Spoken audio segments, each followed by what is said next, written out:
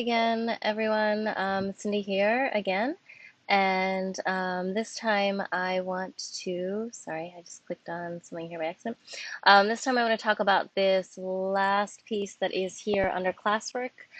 That is the best practices that we have identified as being the things that make online learning hopefully successful for our students, our virtual or hybrid learners.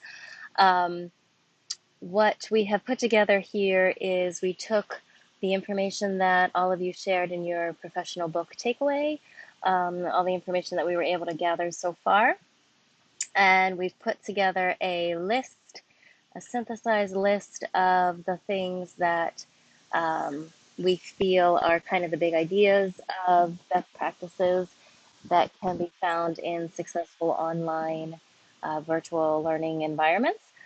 So we made a little list here. If you feel that something you found in the professional literature or in the national standards as a best practice that we have not included on this list just yet, please just add it here in a class comment.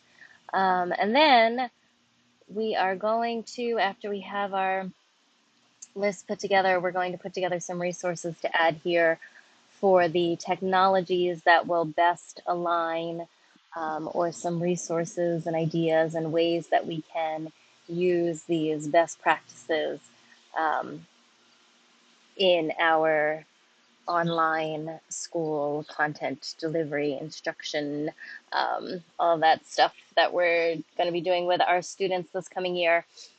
So we will have a different piece for each one of the best practices, building relationships, for example, and then we'll give some ideas, strategies, ways to actually implement this practice using either different technology or different methods for how to actually do that. So again, if you feel that something that you think is a best practice that we missed on our list here, please just go in and add it here as a class comment so we can, Heather and I can begin gathering our resources and ideas to share with you. As always, please reach out if you have questions or need further help. Thank you.